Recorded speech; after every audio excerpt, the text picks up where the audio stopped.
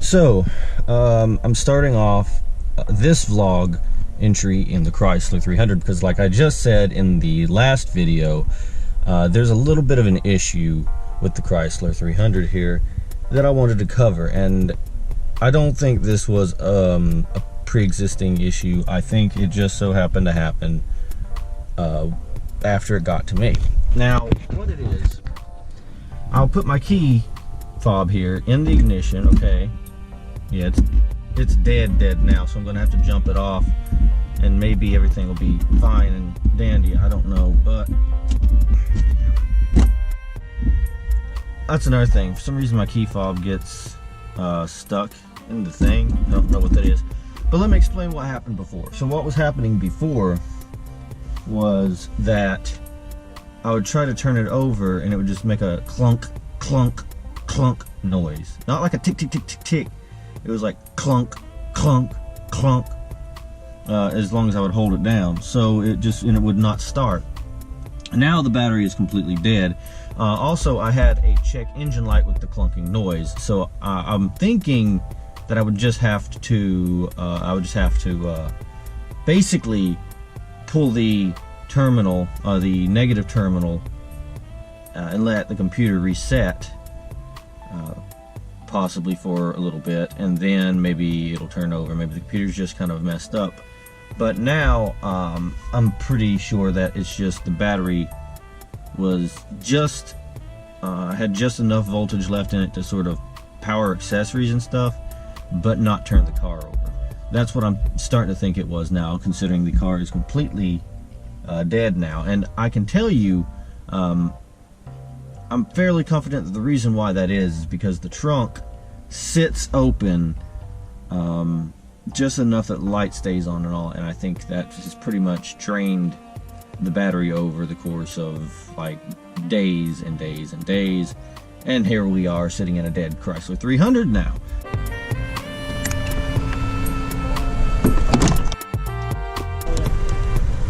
So we've got a nice little stick prop here because we're missing the other one of these support things on the other side.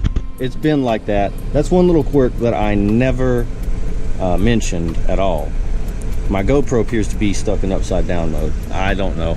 Anyway, so we've gotten some chiming. That's what I was talking about. It just clunked.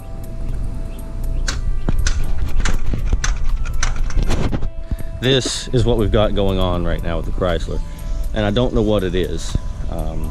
Hopefully it's nothing stupid super serious and stupid super expensive, because that would suck. That would suck, and I really don't want to have to give up on the Project Comet before it gets off of the ground.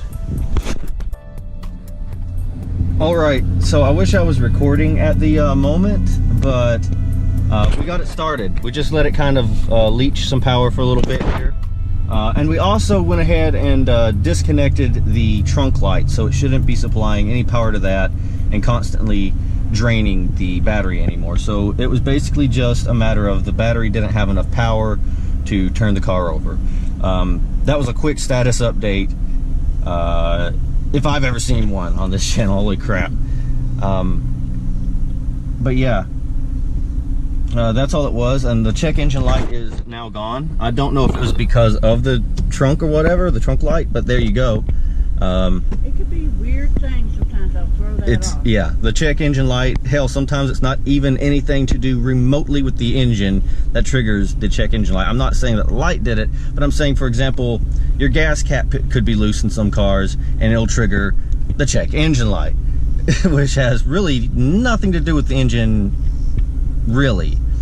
But yeah, so pretty much the rest of this video I think is just going to be video clips that I recorded before of all the other shit that I've done with the Chrysler so far that you haven't seen yet, such as a spoiler alert here. The back end there may or may not be missing. I will go back, I'll go to past me to update you all on this. Past me, take it away. So today we're going to be exploring the Chrysler and just kind of see what kind of all is in the car. First, I'm going to start back here in the back because I want to know what all is in the trunk first and foremost, because I can't really seem to access the trunk from back here for obvious kind of reasons. It's really smashed up. So I'm going to unlock like the whole thing. So it should be unlocked now. And like I try to unlock the trunk, right? You hear it unlatch, like, and that's supposed to pop the trunk open, but it is pretty solidly not going anywhere at all. So what I'm going to do is I'm going to go in through the absolutely glass littered back hatch here, going through the seats. Gotta say, it looks pretty empty in there. You're pretty well not getting out at all. Like, even the pull latch ain't opening it because it's so bent in. I can't really show that too well on the camera, but yeah, it's just like, it's like the latch is supposed to be sitting like this. Just pretend my fingers are the latch. They're supposed to be like this, and it's more like this. So yeah, it's pretty severely bent. I don't know that that's going to be coming open anytime soon. Let me try to wedgie my way in here and maybe get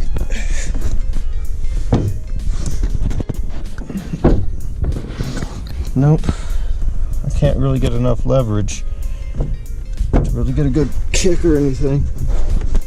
Plus I got sandals on because I just wanted to make a quick sort of, there we go.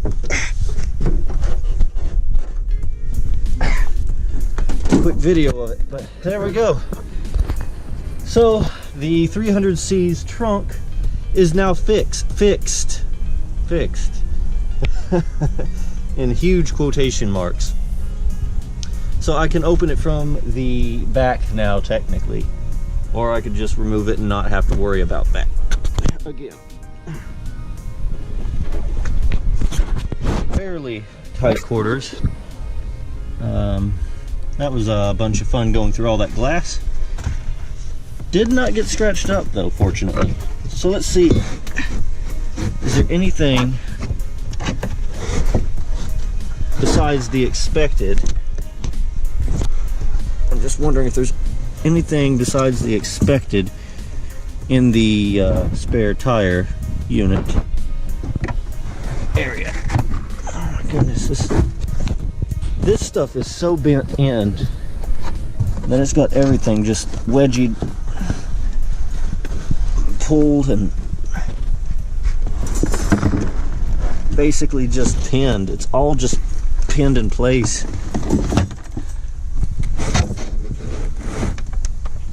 From the accident. There's some jumper cables.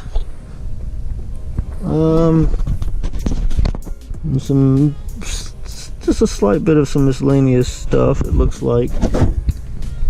Not anything super crazy. Now that you can see it, you see what I mean? It's like shook, rather than being like shook. Same for where it latches in. It's kind of just like,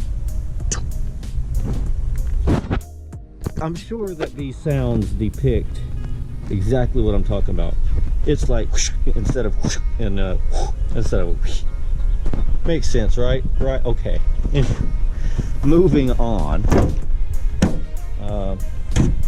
I'm pretty sure that I've now permanently kicked this open now, though. It's not. It's like once it's kicked open, it's open. Like, yeah, it's not latching. It's not latching back. Now that I got it open, it's open. It's like, oh, you wanted me to open up? Okay, I'm opened up, bro. Okay, so it doesn't have a backup camera, but it has something that is almost just as cool. Check this out. Okay, so I'm driving along, okay, you know, whatever. I'm driving along, okay, and now I've reached my destination. I'm trying to park in, okay? I'm trying to go in reverse. I'm trying to, you know, go backwards. Now watch that mirror. When I go into reverse, like so, you see that? The mirror angles slightly downwards, so that way I can see where my rear tire is and kind of more better like park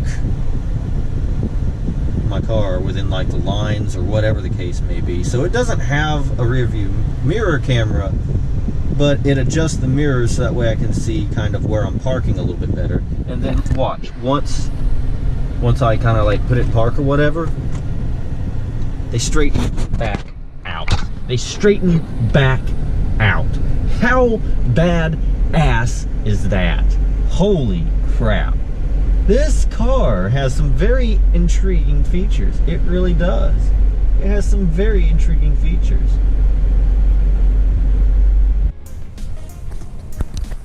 Alright, so today guys, I'm thinking is as good a day as any to just sort of, I don't know, clean the 300C up, because I mean, let's face it, there's a lot of crap going on with it right now. We got broken glass just laying around everywhere.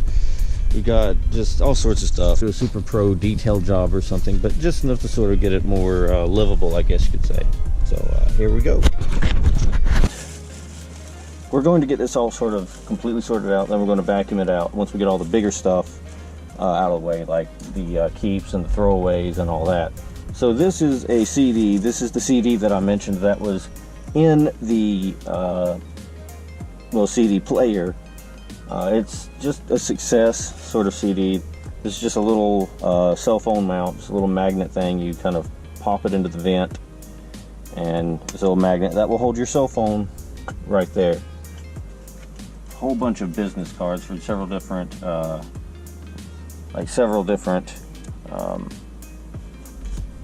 just a old wet nap, but a bunch of different business cards and stuff. I mean, that's not super important. This looks like it might have had something important on the back.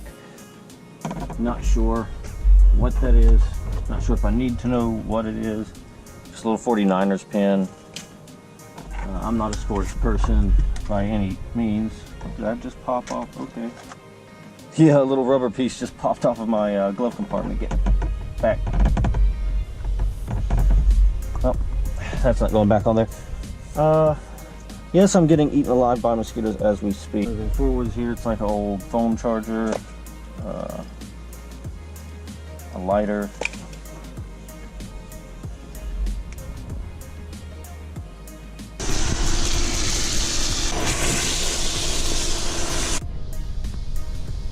So my daylight is starting to run out a little bit, but I've got it mostly cleaned up, and it's a lot better than it was. I still have the driver's side to do, but pretty much here's the before and after.